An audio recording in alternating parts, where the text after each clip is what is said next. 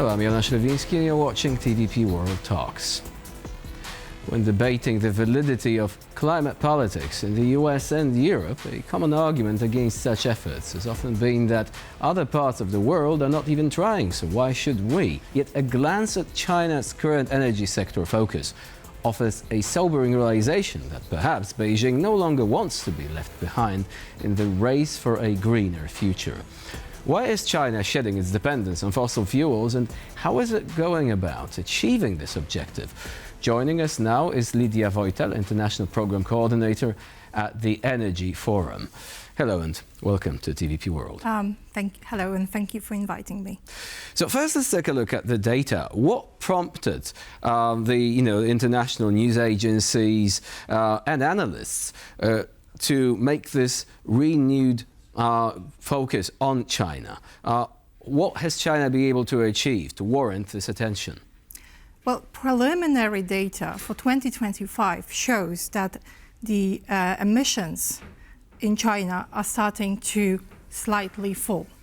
And this may not look like a big achievement because we like to see bigger falls and dramatic changes, but it is a big change considering how big the Chinese economy and energy sector is. It's basically around 3 times bigger than the whole of the EU. So this alone, of course, warrants some attention, yet China actually was trying to achieve even more than that, right, under the Paris Agreement. Is it going to reach that objective within the time frame that was originally agreed upon? Paris Agreement, the way China has seen its goals under the Paris Agreement is twofold. The first one is a long-term objective for 2060. This is when China is set to reach carbon neutrality, so basically be at the level where it's not emitting anymore. But then there is the second goal for 2030. The 2030 goal was set to reduce the intensity of emissions, but also more importantly, reach the level at which emissions will not rise anymore. And that was supposed to be before 2030. And it seems to be that we may be getting to this point at this moment. So it's a peak essentially, right? Yes, it is peaking. Beyond which the economy is still able to function and grow, but the emissions are no longer going up, right? Indeed. So what would you say was the main driver here? Because China doesn't have the same approach when it comes to climate change as, say, the European Union. The European Union is looking at it from an environmental, even ethical perspective, right? Now, with China, you could say that there had to be an economic driver for this to actually be on the agenda. So what is actually making China pursue this objective quite vigorously, as we can see? Economy. Obviously the main driver, but there are actually 4 of these reasons, and I will elaborate a little. Now, the first one is economy. China is actually the main producer, user, and exporter of clean technologies to the world and to itself. So the way China is looking is we are going to produce these technologies, we are going to use them, we are going to allow our economy to grow and use cheap energy that we are going to produce at home. And this is why clean technologies that China has been investing very heavily over the last few years is the best source to satisfy the demand for growing electricity in the whole country. And you get the economies of scale because the more of these systems are being made, and not only can they be used on the domestic market, but also China can market them outside its territory, precisely therefore obtaining a new market share in other territories, right? You're very, very right. That's obviously one of the main reasons. It's a win-win China situation. China wants to establish itself as the global leader for green technologies. It's so-called electrostate, as some call it in the discussions that we now have globally. But the other reason is that it also wants to go to the market that actually place a lot of attention on emissions, and that's EU. We want to reduce emissions, but we don't want to allow other countries to produce them cheaply and with high emissions and import them to the EU. So we have a special mechanism for that. It's called Carbon Border Adjustment Mechanism. That is basically a tax, emission tax at the border of the EU. So if China wants to import their clean but cheap technology to the EU, and not only technology, also basic materials like steel, it has to pay a tax, emission tax at the EU border. So that makes them want to change their technologies, want to change how they produce goods. Make them even cheaper, right? Is the European Union ready for this challenge, though? At what point will Chinese technology become so affordable that European producers are no longer able to keep up without being heavily subsidized? We are at this point.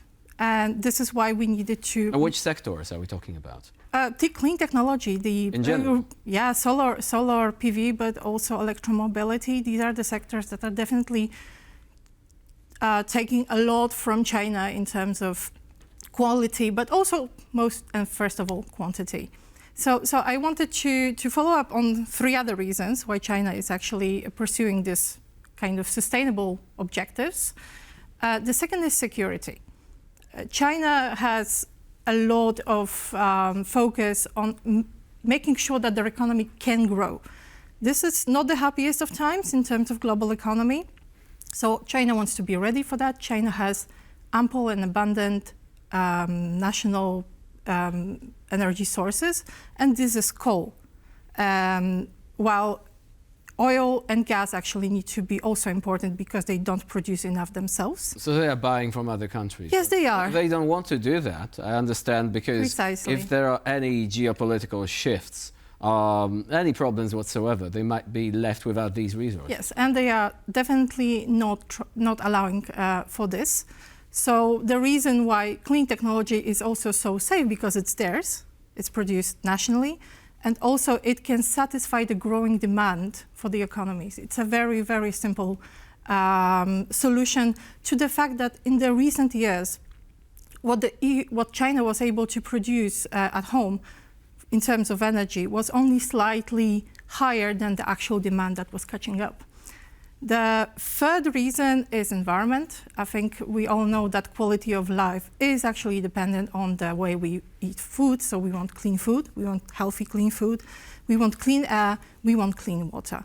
And last but not least is geopolitics. Geopolitics basically means that China wants to position itself as a reliable global partner for energy transition. And in that sense, it actually puts a kind of counterweight to the countries that are trying to export other kinds of goods that are emission-focused. So oil and coal and gas. These 2 points are really interesting because I think the fourth one was alluded to by Marco Rubio during the Munich Security Conference yesterday. He was actually trying to position the US as a source of technologies which are, more traditional, as opposed to China, which is focused on renewables. But let's go back to the third argument. You've mentioned, essentially the welfare of citizens. Now, to some, this might seem surprising because they immediately think, okay, if a state is not entirely democratic, surely it might actually want to put industrial output first and the welfare and well-being of its citizens second. So has China actually reached a level at which it is able to balance out the two and ensure that they are not contradictory in any way? I mean, if you look at Russia, for example, it's an authoritarian state, and in terms of environmental protection, it really isn't doing much, quite the contrary, actually. I think so China's a totally different story, it appears, right? It's a story, but it's a very well thought through story. China invested a lot, for example, in technologies for critical minerals and rare earths in the past, devastating their environment. But that's been in the past. Now they are actually in control of these technologies. They control much of world's demand. But this has not been without a toll for the society. And the society, which is a big one, it's diminishing, but it's still a very big one, needs to have the possibility to grow and to grow healthily, to have the quality of life. Otherwise, if you look at long-term results of that, you will end up with a society that will not be able to grow. It's a very simple equation. We had this in Poland. We had air and water pollution. We've been through that. But once we passed a certain stage, you focus not only on growth, but you also focus on quality. And these actually go hand in hand, because as you're saying, if you want productivity levels to remain considerable, you need society to be able to accomplish that objective. Now, what do you think it means for countries other than China? If China is treating this seriously, we've already mentioned the European markets. What else could be affected by this shift towards a greener future by Beijing? Well, starting from the positive side, China has exported a lot of clean technology to the countries that have not had the means to actually invest in those. An excellent example is Pakistan. Pakistan had the big issues with basically making sure that citizens have the access to the energy because the energy system was not workable. But in the last few years, it basically their solar PV installations have increased by 8 times. So people took it upon themselves to take the cheap Chinese technology and install it wherever they can, however they can, basically making sure that they have access to electricity. And that's obviously a very, very positive advancement compared to the previous state. Now, obviously, now the government needs to make sure that whatever transmission and grids lines are able to cope with that sudden surge of electricity. And this kind of model of sudden growth of technologies will probably be seen all over the world. I think we can expect that. It could be replicated elsewhere thanks to these advancements. Unfortunately, we have run out of time. Oh. But still, thank you very much for being here with us today. Lidia Wojtal was a guest on TVP World. Once again, thank you for your time. Thank you very much for inviting me. And I'm Jonasz Ryliński. You're watching TVP World. Stay with us for more latest news, updates and commentary.